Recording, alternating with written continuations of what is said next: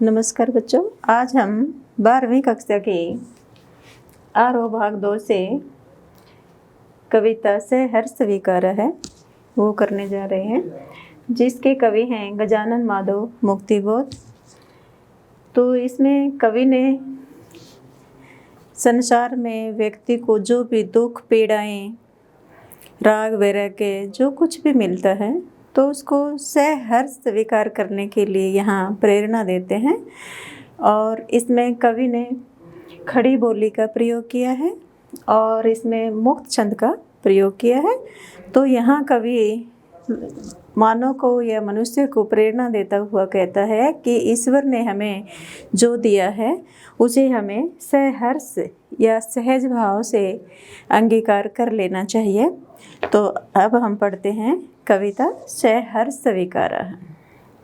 तो जिंदगी में जो कुछ है जो भी है सहर्ष स्वीकारा है, इसलिए कि जो कुछ मेरा है वह तुम्हें प्यारा है।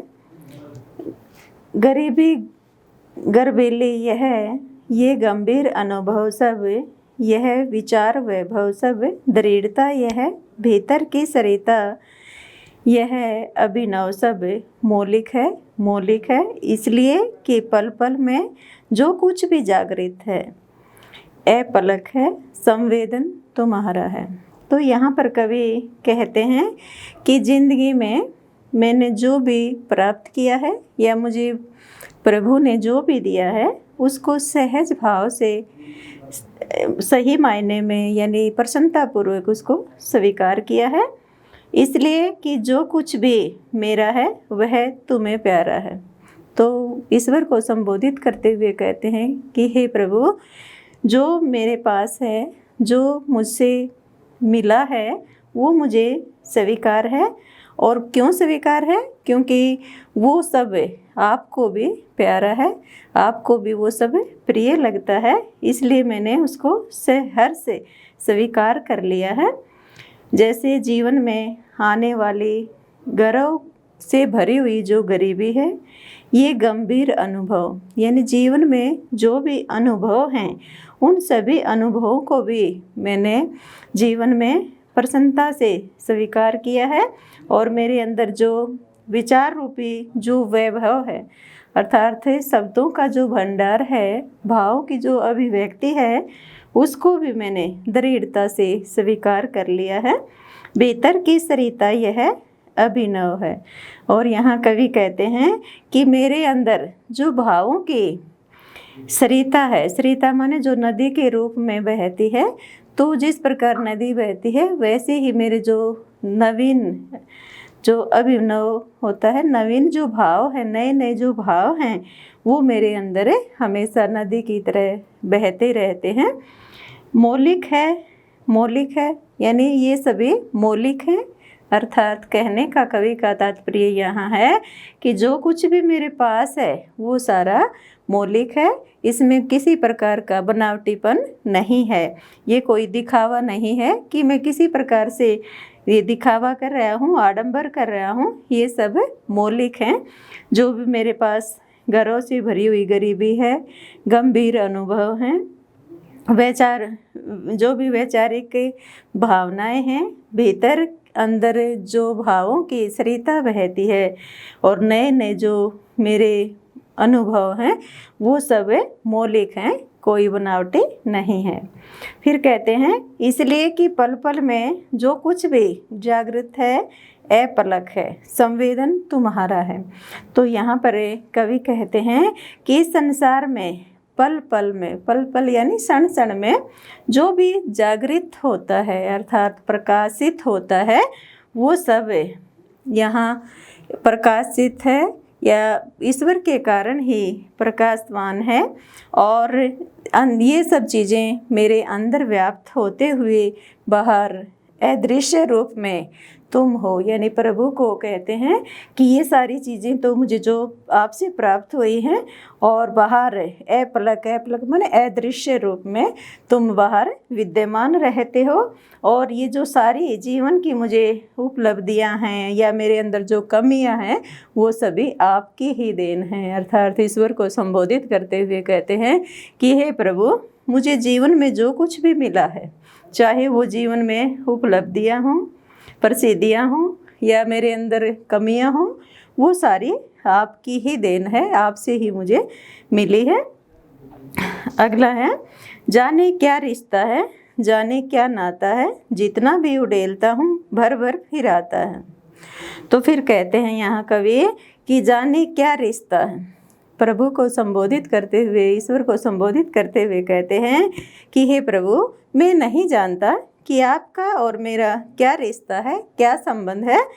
जितना भी उड़ेलता हूँ भर भर फिर आता है, दिल में क्या झरना है, कि ऐसा कौन सा झरना है ये मैं नहीं जानता कि वो भी कैसा है, मीठे पानी का सोता, सोता माने झरना, कि वो झरना भी कैसा है, मीठे पानी का है, जिसको मैं जितना भी उड़ेलता हूँ, उड़ेलना होता है खाली करना, तो जिसको मैं इतना खाली करना चाहता हूँ, बार बार उसको खाली करना चाहता हूँ कि मेरे मन से निकल जाए, लेकिन फिर भी वो उतना ही भर जाता है। मैं नहीं जानता कि आपसे ऐसा कौन सा रिश्ता है, ऐसा प्रेम रूपी कौन सा रिश्ता है जो बार बार मैं उसको मिटाना चाहता हूँ, खाली करना चाहता हूँ, लेकिन फिर भी वो भर भर कर फिर से उतना ही भर जाता है, उतना ही प्रेम आपके प्रति मेरे हृदय में प्रगाढ़ हो जाता है।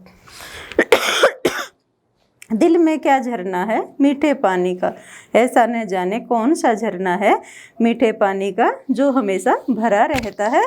भीतर वह, ऊपर तुम, भीतर वह मतलब यानी मेरे अंदर जो झरना है, प्रेम रूपी जो झरना है, और ऊपर तुम, ऊपर माने प्रभु के बारे में कहते हैं कि हे प्रभु, ऊपर यानी मेरी आत्मा पर तुम्हारा अधिकार है। मुस्काता चांद जो धरती पर रात भर, मुस्काता चांद यानी जो चांद है जिस प्रकार धरती पर पूरी रात भर मुस्कुराता रहता है, अर्थात अपना प्रकाश फैलाता रहता है, बिखेरता रहता है, उसी प्रकार मुझ पर जो तुम्हारा ही खिलता वह चेहरा है, यानी मुझ पर अर्थात मेरी जो आत्मा है उस पर तुम्हारा ही वह खिलता हुआ चेहरा मुझे हमेशा दिखाई देता है। तो प्रभु और कवि के अंदर जो संबंध है, उनके जो भाव हैं, तो यहाँ कवि प्रभु के प्रति समर्पित प्रेम रूपी जो भाव हैं उनका समर्पण कर रहे हैं, और एक प्रेम को मीठे झरने के समान, मीठे पानी के स्रोता के समान बताया है कि वो सोता ऐसा है कि जिसे हमेशा वो कितना भी खाली करे वो मिट नहीं पाता। अगला है हमारा, सचमुच मुझे दंड दो कि भूलूं मैं तुम्हें भूल जाने की दक्षिणी ध्रुव अंधकार अमावस्या, शरीर पर, चेहरे पर, अंतर मन में पालूं मैं, झेलूं मैं, उसी में नहालूं मैं। तो यहाँ पर कवि कहते हैं सचमुच मुझे दंड दो कि भूलूं मैं। तो यहाँ कहने का कवि का तात्पर्य है कि मनुष्य है जो प्रभु को भूल जाता है, उसका स्मरण नहीं कर पाता। तो यहाँ कवि कहते हैं कि मैंने आपको भुला दिया था, तो इस भूल का, जो मुझसे भूल हुई है उसका मुझे पश्चाताप है, और उस भूल को मैं सुधारना चाहता हूँ, और उस भूल के लिए मुझे जो भी दंड दिया जाए, जो भी दंड मुझे मिले उसको मैं सही मायने में स्वीकार करना चाहता हूँ, चाहे वो दंड कैसा भी हो, कि हे प्रभु आप मुझे जो भी दंड दो उसको मैं हंसी से या खुशी से स्वीकार करना चाहता हूँ। दक्षिणी ध्रुवी अंधकार अमावस्या, शरीर पर, चेहरे पर, अंतर मन में पालू में। तो यहाँ कहते हैं कि जो दक्षिणी ध्रुवी जो होती है, दक्षिण दिशा होती है, तो उसकी ध्रुव पर, उसके किनारे पर एक ऐसा अंधकार छाया रहता है। कैसा? जैसे अमावस्या की रात को अंधकार छाता है, अत्यधिक अंधकार छाया रहता है। तो कहता है वही अंधकार मैं अपने शरीर पर, चेहरे पर और अपने अंतर आत्मा में उसे धारण करना चाहता हूँ या उसी में मैं नहा लेना चाहता हूँ। अर्थात कहने का तात्पर्य यहाँ कोई अमावस्या से नहीं, अंधकार से नहीं, बल्कि यहाँ कवि कहते हैं कि मानव के जीवन में इतने गहन दुख होते हैं जिससे उन दुखों को ही उन्होंने अंधकार भरी अमावस्या रात का वर्णन किया है कि वो इनसे कभी भी छुटकारा नहीं पा सकता, छुटकारा उनको नहीं मिल पाता। तो इसलिए कहता है वो चेहरे पर, शरीर पर, अपनी अंतरात्मा में इस अंधकारमयी अमावस्या को ही उसी में झेलना चाहता है, उसी में नहाना चाहता है। फिर कहते हैं इसीलिए कि तुमसे ही परिवेष्टित आच्छादित रहने का रमणीय यह उजाला अब सहा नहीं जाता, सहा नहीं जाता। तो कहते हैं इसलिए कि हे प्रभु, कि तुमसे जो मुझे परिवेष्टित होता, चारों ओर से आच्छादित माने ढका हुआ, कि तुम्हारे चारों ओर से जो मुझे प्रकाश मिला है या जिस प्रकाश से मैं ढका रहता हूँ, तुम्हारा जो प्रकाश चारों ओर फैला रहता है, रहने का रमणीय वह उजेला माने जो प्रकाश है, कि जो वो प्रकाश है, वो जो रमणीय माने बहुत ही सुंदर प्रकाश है, तो वो प्रकाश मेरे चारों ओर फैला रहता है, वो मुझे ढका रहता है। लेकिन कहता है जब मैं खुश था, मेरे अंदर दुख नहीं था, तो तब तो ये रमणीय उजाला मुझे अच्छा लगता था। लेकिन अब कहता है सहा नहीं जाता, सहा नहीं जाता, अर्थात अब मैं उसको सहन नहीं कर पा रहा हूँ। तो वो मेरे अंदर जो दुख है, उस दुख के अंदर जो आपसे प्रकाशित जो प्रकाश है, वो भी मुझे अब अच्छा नहीं लगता, उसको मैं सहन नहीं कर पा रहा हूँ। फिर कहते हैं ममता के बादल की मंडराती कोमलता भीतर पिराती है। ममता के बादल की मंडराती कोमलता, कहते हैं हे प्रभु, आपकी जो ममता रूपी जो कोमलता है, जो बादलों के समान हमेशा मंडराती रहती है, जो कोमलता, जो प्रेम मुझ पर आप दर्शाते रहते हैं, अब वो क्या है, भीतर पिराती है। भीतर पिराना होता है पीड़ा देना, अब वो मुझे अंदर ही अंदर पीड़ा देती है। जब तो मैं आपके इन कोमल ममता रूपी जो कोमलता थी उससे मैं खुश होता था, लेकिन अब वो मुझे अंदर ही अंदर पीड़ा देती है, अब मैं उसको सहन नहीं कर पा रहा हूँ। कहते हैं कमज़ोर और अक्षय हो गई है आत्मा। अब इतने दुखों को झेलते हुए जो मेरी आत्मा है, अंतरात्मा है, वो अब कमज़ोर हो गई है, अक्षम होता है, असमर्थ हो गई, अर्थात इन दुखों को झेलने की मेरे अंदर अब शक्ति नहीं रही। वो जो शक्ति थी वो अब नष्ट हो गई है, मैं बहुत कमज़ोर हो गया हूँ, मेरे अंदर इतना सामर्थ्य नहीं रहा कि मैं इन दुखों को झेलता रहूँ। छटपटाती छाती को भवितव्यता डराती है। छटपटाती माने होती है व्याकुलता और परेशानियाँ, यानी मेरे अंदर अब क्या है, छाती माने मेरे हृदय में जो बेचैनी है, व्याकुलता है, परेशानियाँ हैं, वो मुझे बार बार भवितव्यता माने भविष्य के बारे में डराती रहती हैं कि भी मेरा भविष्य में क्या होगा, आने वाले समय में मैं कैसा हो जाऊंगा, क्योंकि अब मेरे अंदर उन दुखों को सहन करने की जो क्षमता थी वो अब नष्ट हो चुकी है।